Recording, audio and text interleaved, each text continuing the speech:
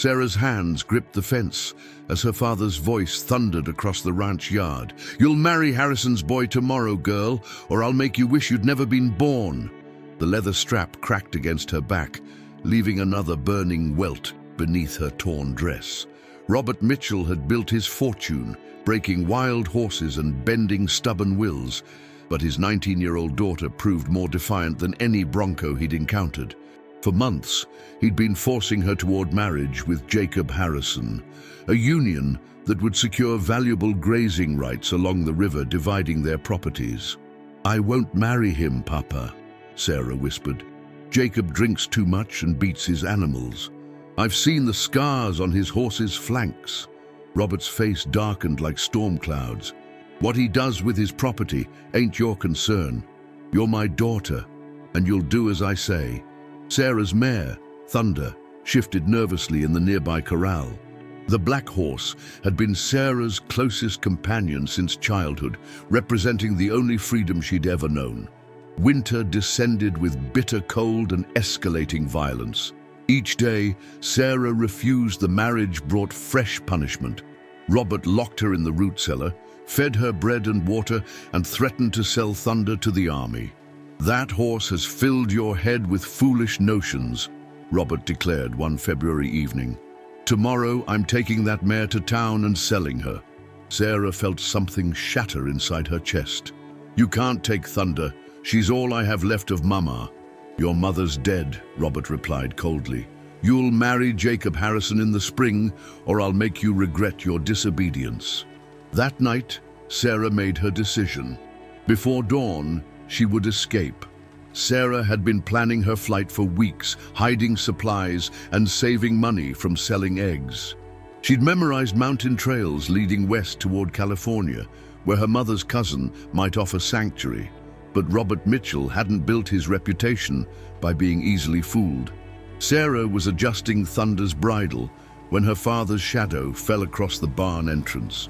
He stood there holding his old army rifle, eyes cold as winter frost. "Planning a midnight ride, daughter?" Sarah's heart hammered, but she continued working with the leather straps. Thunder needed exercise. Restless enough to carry you away from your responsibilities?" Sarah turned to face him, chin raised with defiance that had cost her so much pain. "I won't marry a man who beats his animals and drinks away his wages. Mama would never have wanted this." Robert's face twisted with rage. "Don't speak her name. Your mother was weak, filling your head with romantic nonsense. She died because you never let her rest," Sarah shot back. The rifle butt caught her across the face, sending her sprawling into the straw. Thunder reared and screamed in alarm. "You'll marry Harrison's boy," Robert growled, pointing the rifle at Thunder's head, "or I'll put this horse down right now." Sarah struggled to her feet, vision blurred. "Please, Papa, don't hurt her. Then watch your horse die for your pride." Sarah threw herself forward, trying to knock the rifle aside. The weapon discharged with thunderous sound in the confined barn. Thunder screamed, and Sarah felt warm liquid splash across her face. But it wasn't Thunder who had been shot. Robert Mitchell lay crumpled in the straw, his own rifle having discharged into his chest when Sarah's lunge turned the barrel toward him. Blood spread across his nightshirt. "Papa!" Sarah dropped beside him, pressing hands against the wound, but blood seeped through her fingers. "Thunder," Robert whispered weakly. "Take Thunder and run, before the neighbors come. They'll think you murdered me." "Don't talk like that, I'll get help." "Too late," Robert said. "There's money hidden under the loose floorboard by the stove. Take it. Go to your cousin in California." Tears streamed down Sarah's face. "Papa, please don't die. I'll marry Jacob." Robert's eyes focused on her face with tremendous effort. "I was wrong about the marriage. Your mother always said you were meant for bigger things." His breathing became labored. "I was just scared of losing you too." But Robert Mitchell's eyes had already gone vacant. Sarah sat holding her father's cooling hand, while Thunder nuzzled her shoulder with unusual gentleness. Reality crashed over her. Her father was dead, killed by his own rifle in what could only be called an accident. But who would believe her? She had to run. Sarah found the hidden money, $200 in gold, and packed quickly. As she saddled Thunder, she tried not to look at her father's body covered with a horse blanket. "I'm sorry, Papa," she whispered before leading Thunder from the barn. Sarah had been riding west for 2 days when the posse found her trail. She'd been careful, staying on rocky ground and crossing streams, but Robert Mitchell had taught other men to track as well. Thunder's hooves rang against stone as they climbed into the mountains. Sarah could hear pursuit behind them, distant hoofbeats, occasional shouts. The posse was closing distance, and Thunder was tiring. They pressed on through the afternoon, following a trail that grew more dangerous with each mile. Sheer cliffs rose on one side. On the other, the mountain dropped into a chasm so deep Sarah couldn't see the bottom. Just before sunset, disaster struck. Sarah heard rattling stones and turned to see a rider coming around the bend. Jacob Harrison himself, his face flushed with exertion and excitement. "Sarah Mitchell," he called. "Stop right there! You're wanted for your father's murder!" Sarah's heart sank. Thunder sensed her distress and sidled nervously near the cliff edge. "It was an accident, Jacob. The rifle went off during a struggle." Jacob urged his horse closer, pistol gleaming in his hand. "That's for a jury to decide. Your father was trying to do right by you. My place was never to be your property." Jacob laughed coldly. "Everything in this territory belongs to someone. Women belong to their husbands. That's the natural order." Thunder backed up a step, hindquarters nearly hanging over the cliff edge. "You're wrong," Sarah said quietly. "People aren't property." "Your father understood reality better than you," Jacob replied. "Women who think they can choose for themselves usually end up dead." "Like you're planning to kill me? Kill you?" "Sarah, I'm bringing you home. We'll be married as soon as this is sorted out." Sarah stared at him in horror, understanding his complete plan. He would bring her back, use his family's influence to ensure a light sentence, then marry her while she was grateful to be alive. He would own not just her, but also her father's ranch. "No," Sarah said firmly. "I won't be your wife, and I won't be your property." Jacob's face darkened. "Then you'll be dead, and I'll inherit your father's land anyway." He raised the pistol, and Sarah spurred Thunder forward, directly at Jacob and his mount. Thunder leaped with courage, her shoulder catching Jacob's horse in the flank and sending both animals stumbling toward the precipice.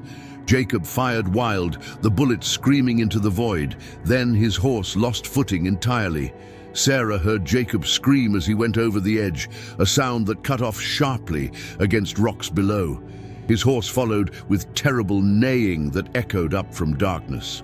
Thunder scrambled back from the cliff, sides heaving. Sarah dismounted on shaking legs and wrapped her arms around the mare's neck. "It's all right, girl," Sarah whispered. "He's gone." But Sarah knew their troubles were far from over. When Jacob's horse returned without its rider, questions would be asked. The Harrisons had money and influence reaching across territories. She needed to disappear completely. Sarah and Thunder traveled through the night, following mountain trails that existed more in memory than reality. By dawn, they had descended into a different valley entirely, one Sarah had never seen. A stream wound through stands of aspen and pine, and meadows rolled toward distant peaks. It was beautiful country, but Sarah felt no joy. She was a fugitive marked by powerful enemies. Thunder picked her way to the stream and drank deeply. Sarah knelt beside the water, cupping cold liquid in her hands until the metallic taste of fear began to fade. That's when she saw the cabin. It sat among trees, almost invisible. Smoke rose from its chimney, and a garden beside it showed recent cultivation. Someone lived here. Someone who had chosen this isolated valley for home. Before she could decide whether to approach or retreat, the cabin door opened and a woman stepped onto the porch. The woman was perhaps 40, with graying brown hair and wearing a faded blue dress. But it was her face that stopped Sarah, kind eyes that seemed to see everything and judge nothing. "You look like someone who's been riding hard," the woman said quietly. "Your horse needs water and rest." Sarah's hand moved to the pistol at her hip, but something in the woman's manner made her hesitate. There was no threat here, only offered kindness. "I don't want to impose," Sarah said carefully. The woman smiled. "Passing through to where, child? There's nothing beyond this valley but wilderness for 100 miles. Sarah realized she had no answer. She'd been running without real destination, driven by fear rather than any plan. "I don't know," she admitted.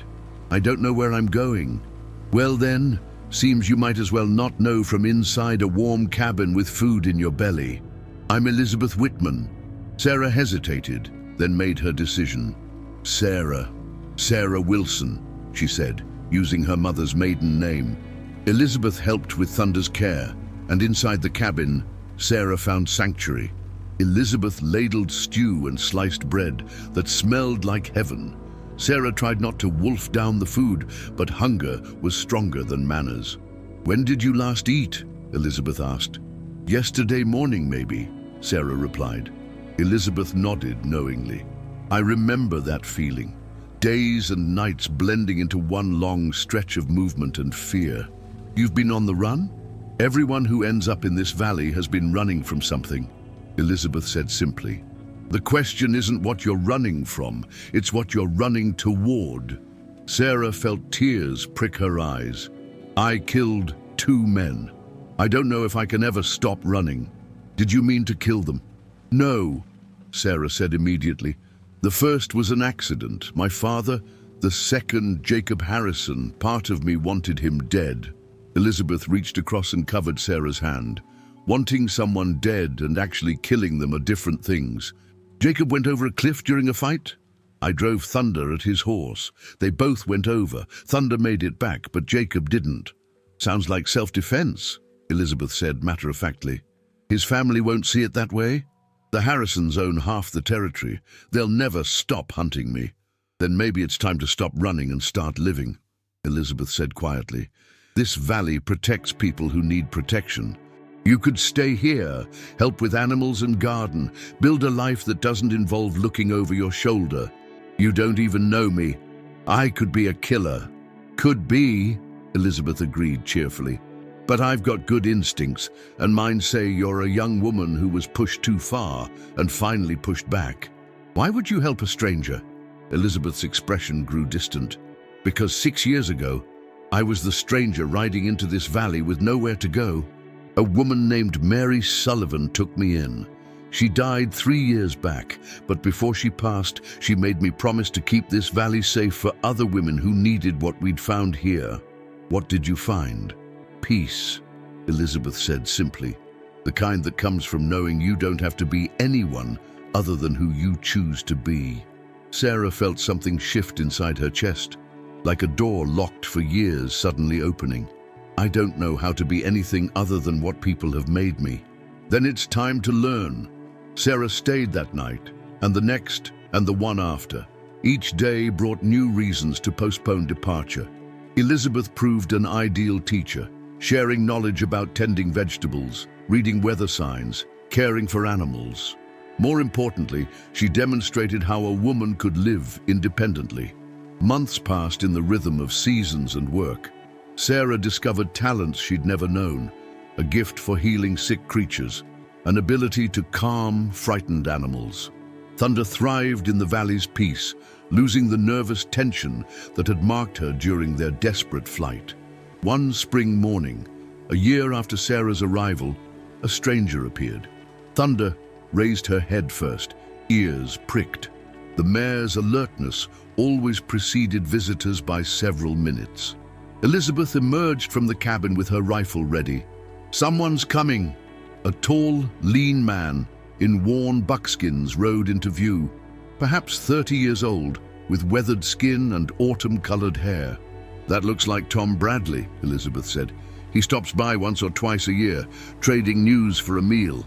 Tom dismounted and touched his hat. "Mrs. Whitman, good to see you well." "Tom," Elizabeth replied warmly, "light down and rest. I've got stew on the fire." "I hear there's been excitement over in Mitchell Valley," Tom said conversationally. "Seems old Robert Mitchell was found shot dead in his barn." Sarah's blood turned to ice, but she forced herself to remain still. "That's a shame," Elizabeth said mildly. "Any word on what happened?" Story goes, his daughter Sarah shot him during an argument about getting married. She ran off afterward. Sheriff's offering a $300 reward. $300, Elizabeth mused. They must want her badly. There's more, Tom continued. Jacob Harrison, the boy she was supposed to marry, he went missing too. Found his horse at the bottom of Eagle Canyon with its neck broke. The Harrison families put up another $500 for her capture. Sarah's vision grayed. $800 total, enough to make her worth killing for. Lot of money for one young woman, Elizabeth observed. Tom shrugged. Way I hear it, she was always troublesome. Too independent for her own good. Sarah began edging toward the tree line, but Elizabeth's voice stopped her. Sarah, Elizabeth called calmly. Would you bring us that bread from the cooling rack? Tom's head snapped around, eyes widening as he took in Sarah's appearance. His hand moved toward his sidearm, then stopped as he found himself looking down Elizabeth's rifle barrel. I wouldn't, Elizabeth said pleasantly. Sarah's under my protection. Tom raised his hands slowly. Mrs. Whitman, that girl's wanted for murder. That girl is wanted for defending herself against men who thought they owned her. Tom looked at Sarah with new eyes. You really kill your father? Sarah met his gaze steadily. His rifle went off during a struggle. I never intended for him to die. And Jacob Harrison? He came after me with a gun, planning to drag me back to marry him.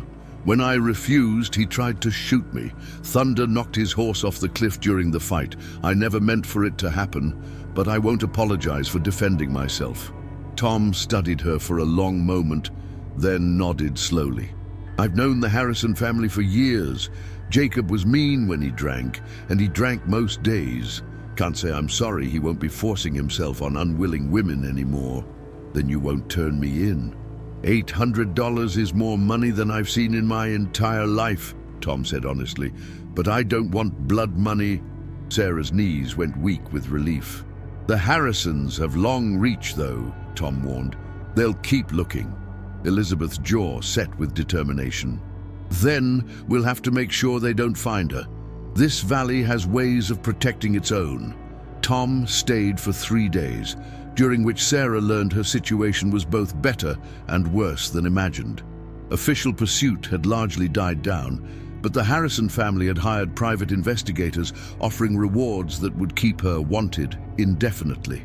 Or, Elizabeth suggested, we could give them someone else to blame. Let Sarah Wilson die so someone else can live.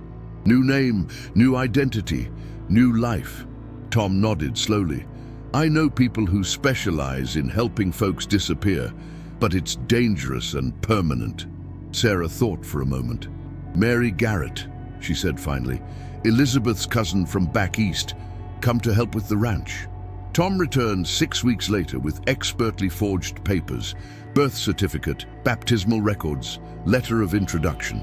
Mary Garrett is officially 21 years old, born in Pennsylvania, recently orphaned, he explained. He also produced a death certificate for Sarah Wilson, stating her body was found in a rock slide where she apparently fell while fleeing justice. The Harrisons believe I'm dead, Sarah asked. Tom nodded. They've called off their bounty hunters. Sarah felt a weight lift from her shoulders that she'd been carrying so long she'd forgotten it was there. So it's over. I'm really free. Mary Garrett is free, Tom corrected gently. Sarah Wilson died in that rock slide, and she's never coming back.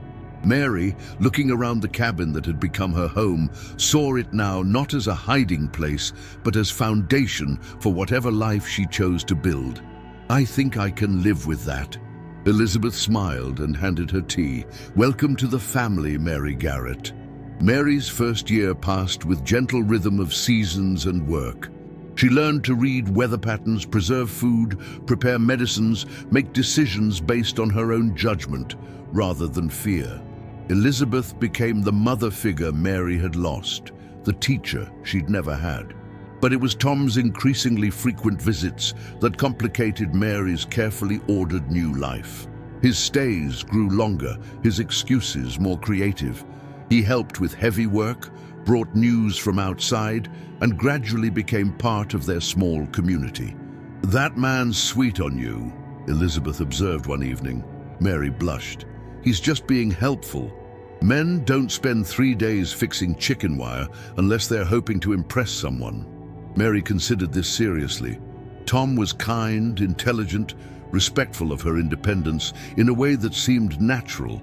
When he looked at her, she saw appreciation rather than appraisal, interest rather than ownership. "I've never had chance to choose for myself before," Mary admitted. "Time will tell you if it's real," Elizabeth said wisely. "Real affection grows stronger with familiarity."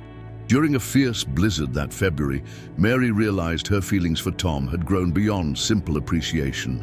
Trapped in the cabin for 3 days, sharing warmth and quiet conversation, she felt something shift inside her chest, a recognition that went deeper than gratitude.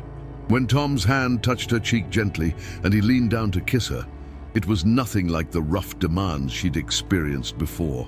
This was soft, questioning, offering rather than taking. "We should talk about this," Tom said quietly afterward. "In the morning," Mary whispered. But she already knew her thinking was perfectly clear. For the first time, she was choosing to care for someone who cared for her in return, without coercion or hidden agendas. Their courtship unfolded with gentle patience. Tom continued regular visits that now included long walks through the valley, shared meals where conversation flowed freely, and quiet evenings learning each other's stories and dreams. Summer brought visitors to the valley, travelers who'd heard rumors of a woman who could heal both animals and people. Mary's reputation as a healer grew slowly, spread by word of mouth among people who valued discretion. Working with Thunder in the corral Tom had built, Mary watched her mare respond to his quiet commands with complete trust. It was a good sign. Thunder was an excellent judge of character. One evening, as they sat on their porch, watching sunset paint the mountains gold and purple, Tom asked, "Any regrets?" Mary smiled, thinking of the life she'd built from ashes of the one she'd lost. "About leaving? None at all. About the path I took to get here? Only that it took so long." She leaned against Tom's shoulder, feeling his solid warmth, the quiet strength that had helped her learn to trust again. Around them, the valley settled into peaceful rhythm of another day ending. Eleanor Crawford was truly dead, buried in the past where she belonged. Mary Garrett was fully alive, building a future that honored both her losses and victories, her scars and strength. In the distance, Thunder whinnied softly, calling to her stablemates across the meadow. The sound carried clearly in the evening air, a reminder that some freedoms once won could never be taken away again. Years flowed like the stream through their valley. Mary and Tom married in a simple ceremony with Elizabeth officiating. Their life together was built on partnership rather than possession, mutual support rather than traditional roles. Mary's healing practice continued to grow, and she began training other women in basic medical skills, creating a network of healers who could provide care in remote communities. Each successful treatment challenged assumptions about what women could accomplish when given proper training and support. On quiet evenings, Mary would sometimes think about the frightened girl who'd fled into the mountains with blood on her hands. That girl had been broken by circumstances beyond her control, but she'd found the strength to fight back, to choose her own path, to build something better from the ruins of what had been destroyed. Thunder lived to a ripe old age in the valley's peace, eventually joined by other horses who needed sanctuary. The stable became a symbol of what the valley represented, a place where wounded creatures could heal, where trust could be rebuilt, where freedom meant more than just the absence of chains. When Mary's hair turned grey and her hands grew arthritic, she continued her healing work with the help of women she'd trained. The valley's reputation as a sanctuary spread quietly among those who needed to know such places existed. One day, decades after Sarah Wilson's official death, Mary found a young woman with an injured horse standing at the edge of their clearing. The girl's eyes held the same desperate hope Mary remembered from her own arrival so many years before. "You look like someone who's been riding hard," Mary said gently, echoing the words Elizabeth had spoken to her so long ago.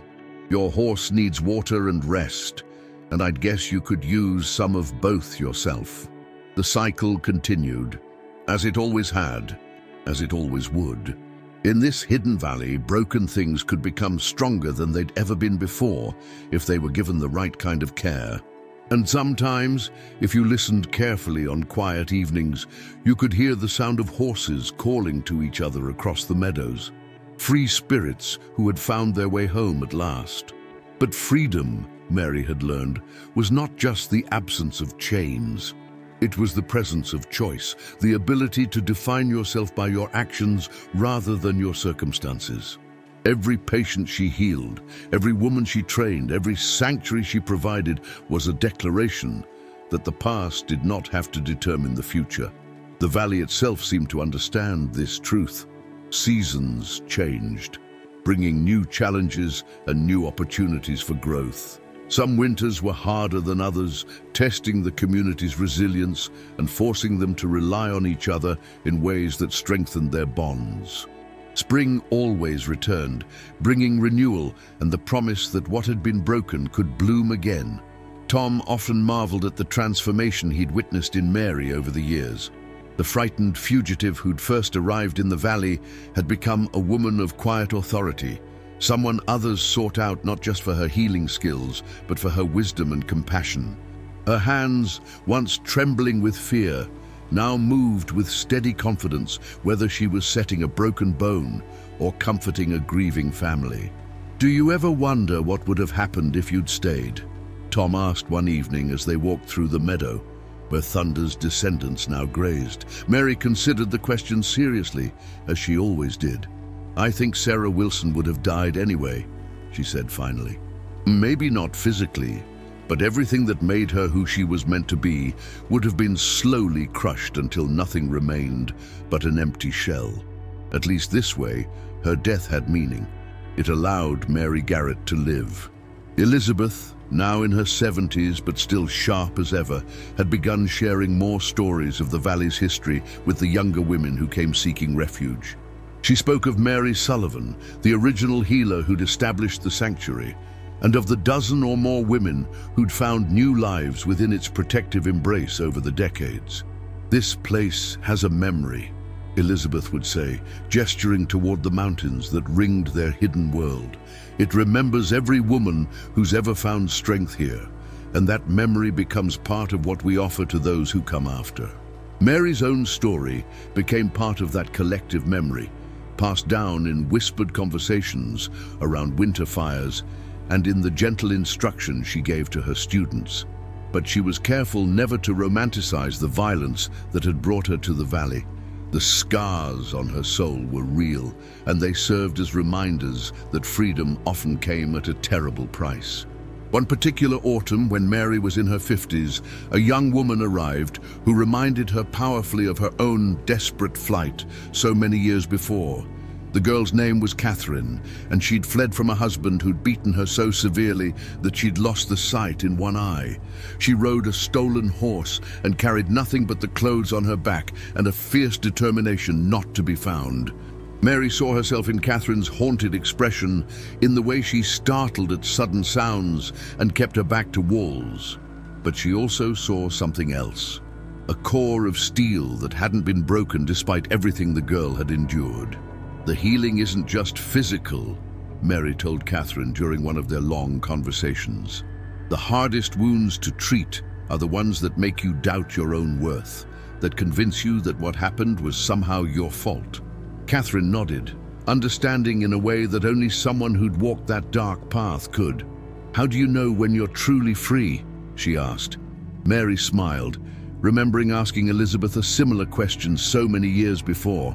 "When you stop running from who you were and start running toward who you want to become," she said. "When you realize that your past is part of your strength, not just your burden." Under Mary's guidance, Catherine began to heal in ways that went far beyond the physical. She learned to ride Thunder's granddaughter, a spirited mare with her ancestors' intelligence and gentle nature.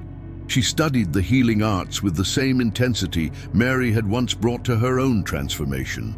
Most importantly, she began to believe that she deserved to be safe, to be valued, to make choices about her own life. Years passed, and Catherine eventually became Mary's most trusted assistant and the valley's second healer.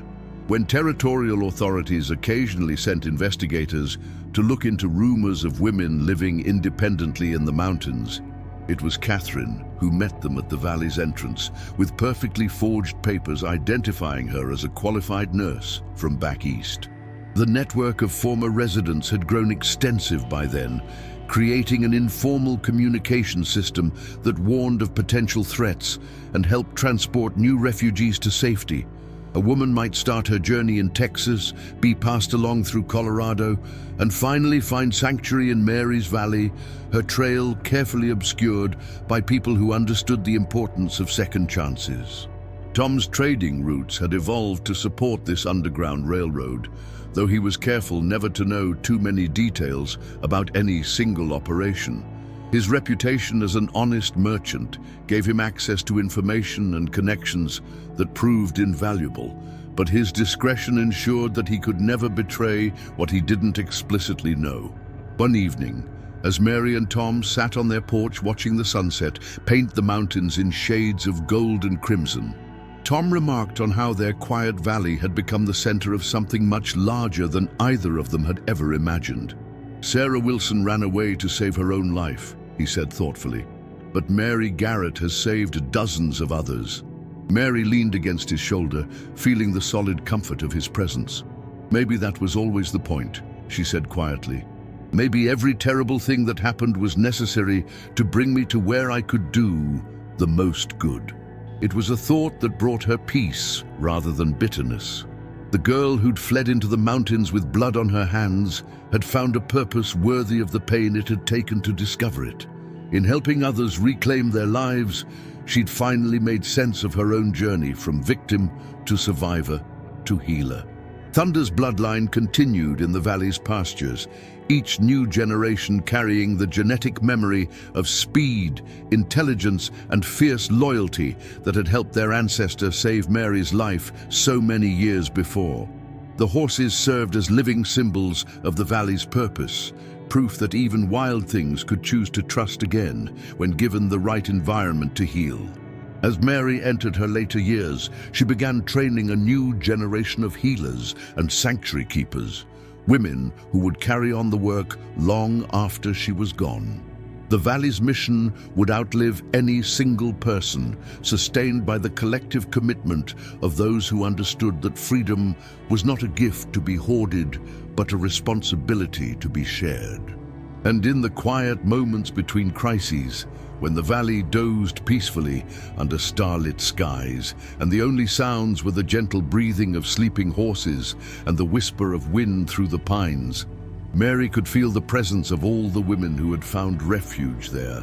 Sarah Wilson was among them, not as a ghost of regret, but as a foundation stone upon which something beautiful and lasting had been built. The old cabin had been expanded over the years, with additional rooms for guests and a dedicated space for Mary's medical practice. The walls held testimonies to lives transformed, pressed flowers from wedding bouquets of women who'd found love after escaping violence, letters from children born free because their mothers had found sanctuary, sketches of faces that had learned to smile again.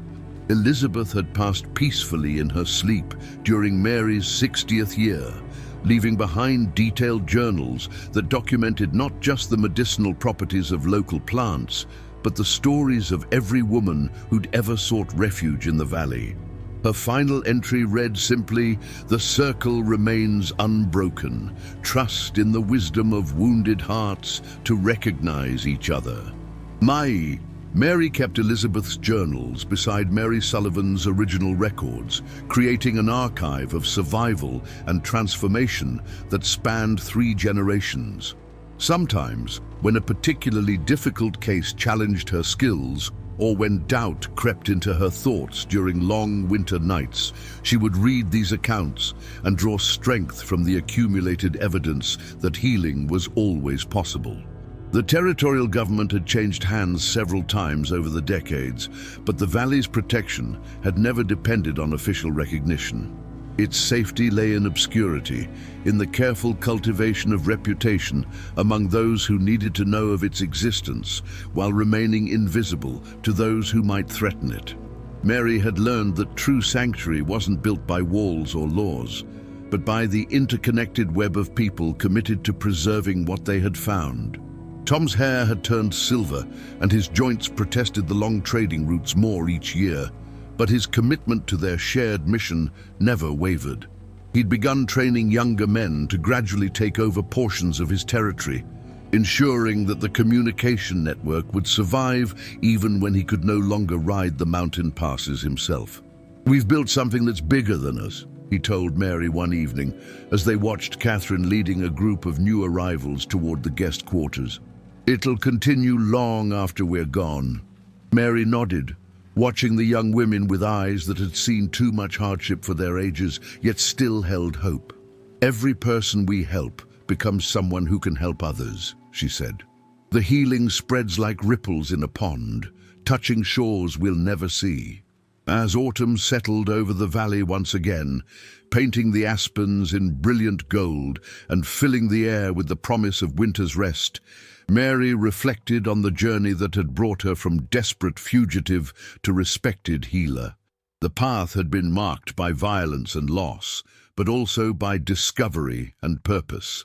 She'd learned that strength wasn't the absence of fear, but the choice to act despite it.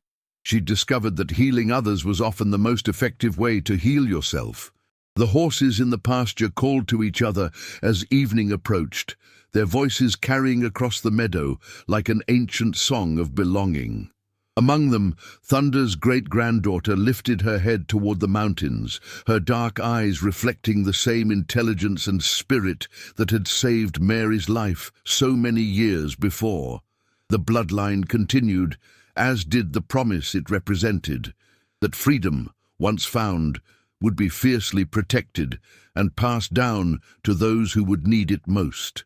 In the gathering dusk, Mary could almost see the threads that connected every life the valley had touched, invisible lines of influence and inspiration that stretched across territories and generations, creating a tapestry of liberation that no force could ever completely unravel. Sarah Wilson's desperate flight had become Mary Garrett's life's work, and that work would continue through Catherine and all the others who had learned that broken things could indeed become stronger than they'd ever been before.